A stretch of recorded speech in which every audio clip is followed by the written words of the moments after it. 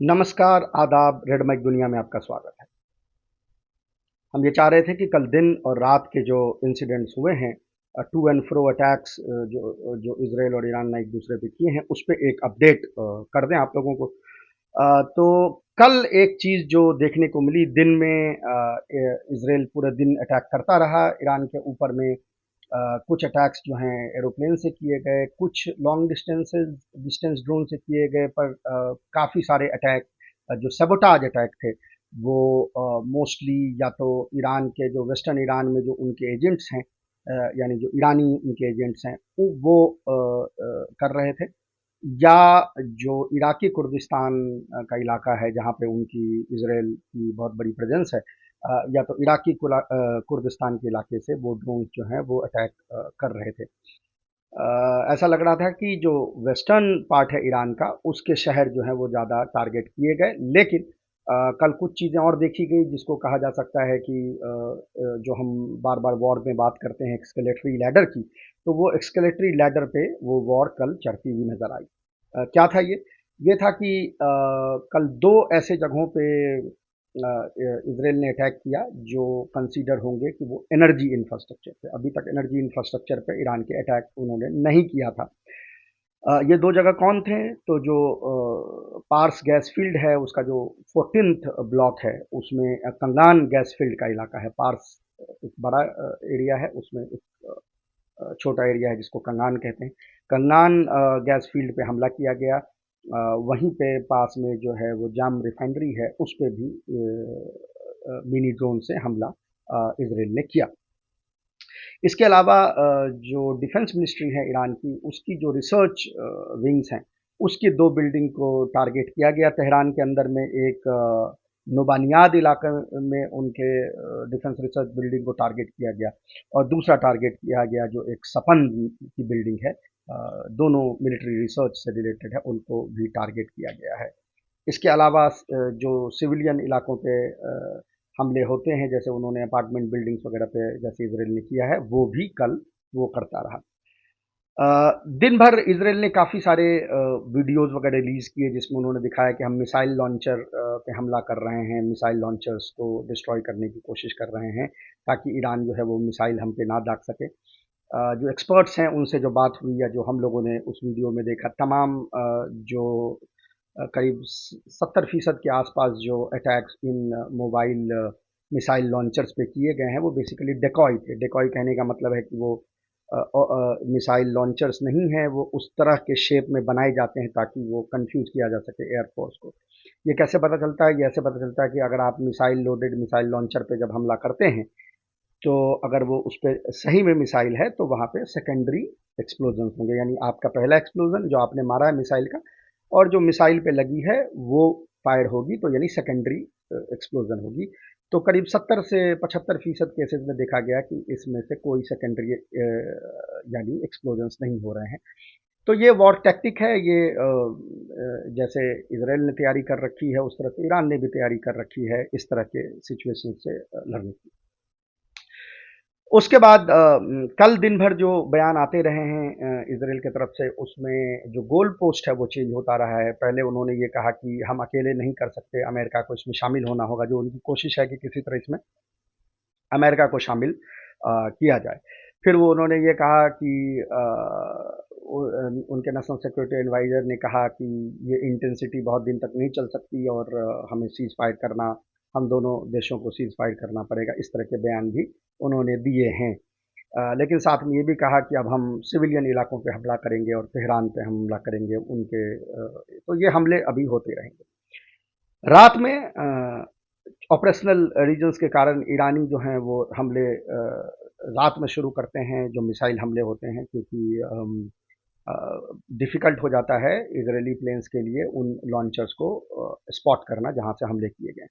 कल भी ज़बरदस्त हमला रात में ईरान ने किया इसराइल के ऊपर में। तमाम किस्म की मिसाइलें जो हैं यूज़ की गई हैं, स्पेशली इमाद, कादिर, खैबर शकन, और वीडियो के एनालिसिस से ऐसा लगा कि शायद फतह 2 भी यूज़ किया गया है, लेकिन बाकी ये जो मिसाइल्स हैं ये कंफर्म किए गए।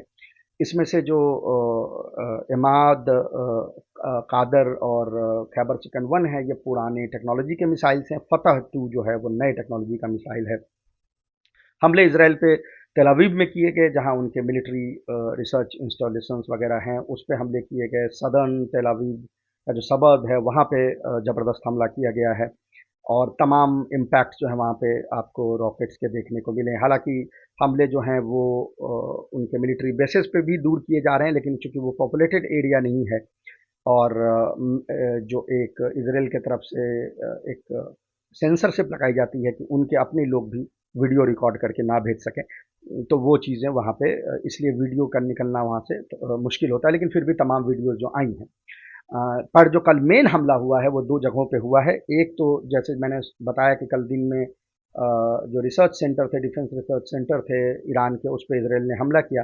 तो उसके बदले में कल ईरान ने जो इसराइल का सबसे जिसको कह सकते हैं एलीट, सबसे टॉप मिलिट्री रिसर्च सेंटर है, जिसको वाइजमैन रिसर्च सेंटर कहते हैं, वो वाइजमैन रिसर्च सेंटर पे, वाइजमैन इंस्टीट्यूट पे हमला किया गया है, उसको डिस्ट्रॉय किया गया है।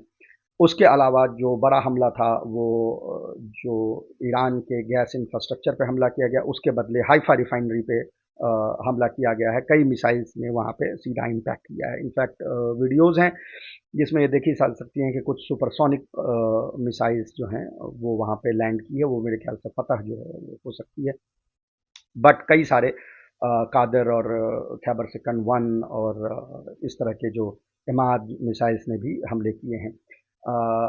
अभी जो इंटरसेप्शंस हैं वो दोनों तरफ हो रहे हैं। ये पहले दिन के सरप्राइज अटैक के बाद ईरान के भी जो सरफेस टू एयर बैटरीज हैं, जो एसएएम्स हैं, जो एयर डिफेंस है, वो काम कर रहा है। कई हिट जो हैं वो इसराइल के होते हैं, कई हिट जो हैं वो नहीं होते हैं, कई कुछ को थॉट कर दिया जाता है।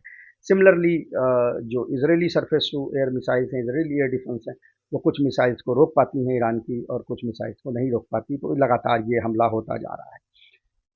तो अभी कल के जो जो जैसा मैंने बताया हमले में इम्पॉर्टेंट एस्पेक्ट ये था कि अब एनर्जी इंफ्रास्ट्रक्चर एक दूसरे के निशाने पे इनके हैं, और ये फर्दर डेडली हो सकता है। कल ईरान के जो पार्लियामेंट्री कमिटी है फॉरेन डिफेंस अफेयर्स की, उनके एक मेंबर ने ये कहा कि इसराइल जो है वो तीसरे देशों के थ्रू रिक्वेस्ट भिजवा रहा है, मैसेजेस सेंड कर रहा है कि ये लड़ाई जो है वो उसको हमें रोकनी चाहिए। लेकिन मुझे नहीं लगता कि एक सब्सटेंशियल डैमेज के बिना ईरान जो है ये हमले रोकेगा। तो एक तो चीज़ ये इम्पॉर्टेंट है। दूसरी ये कि जो आज संडे को next round of negotiation America के साथ होने वाली थी, वो जो है वो कैंसिल कर दी गई है। कल ही उसका अनाउंसमेंट कर दिया गया था। ईरान ने कहा कि ये हो नहीं सकता कि एक तरफ आप जो हैं वो अ, ये निगोशिएशंस करते रहें और दूसरी तरफ हमारे इंफ्रास्ट्रक्चर पे हमला होता रहे। तो ये जो एक डिप्लोमेटिक रूट है वो फ़िलहाल अभी बंद नज़र आ रहा है। कल डोनाल्ड ट्रंप के जो बयान हैं वो भी बहुत मिक्स आए। बहुत ज़्यादा आईक्यू के आदमी नहीं है, तो उनको ये लगा होगा कि ये इजरायली जो पहले दिन हमला करेंगे उससे ईरान के मिलिट्री, उनका न्यूक्लियर इंफ्रास्ट्रक्चर या उनका कमांड और कंट्रोल कोलैप्स हो जाएगा। अब जो वो नहीं हुआ है और बड़ी तादाद में इसराइल पे हमला हो रहा है, तो अब वो फिर से वो दो मुँहे जो जिसको कहते हैं कि डुअलिटी में बात कर रहे हैं। ये भी कह रहे हैं कि ये अमेरिका का वॉर नहीं है, अमेरिका इसमें शामिल नहीं होगा। हालांकि जैसा मैंने कहा कि उनके मिसाइल सिस्टम और वो तमाम चीज़ें जो हैं वो वहाँ पे वर्क कर रही हैं, एयर डिफेंस सिस्टम। लेकिन साथ में उन्होंने ये कहा कि लोगों को डांटा, जिन लोगों ने, उनके जो सपोर्टर हैं जिन्होंने कहा कि this is not America war, और आपने कहा था अमेरिका फर्स्ट। तो फिर उन्होंने ये भी झुंझला के कहा कि मैं डिसाइड करूंगा कि अमेरिका फर्स्ट क्या है, और आप नहीं डिसाइड करेंगे कि अमेरिका फर्स्ट क्या है। तो ये जो मिक्स सिग्नल, एक जो डुअलिटी वाली बात, जो जिसको फॉक टंग कहते हैं अंग्रेजी में, जिससे अमेरिका बात कर रहा था अभी तक, वो उसका कंटिन्यू हो रहा है। तो कल के यही अपडेट्स हैं। मैं एक बार फिर से रैप अप कर दूं कि कल दिन में तमाम जगहों पे ईरान में हमले किए गए। कुछ जगह पे सरफेस टू एयर मिसाइल्स ने उनको काउंटर किया, कुछ जगह पे जो है वो हम रॉकेट और मिसाइल्स जो हैं वो आके लगे, जिसमें से कि दो डिफेंस रिसर्च सेंटर थे तेहरान के आसपास के इलाके में, और कुछ बेसिस थे जो तबरेज़ में, जहां लगातार ये हमले कर रहे हैं।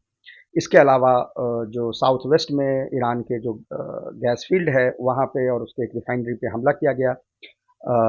इनफैक्ट तेहरान में भी एक जो ऑयल डिपो था उस पर हमला किया गया। इसके बदले में ईरान ने इसराइल के सबसे बड़े research institute, military research institute Weizmann institute पे हमला किया।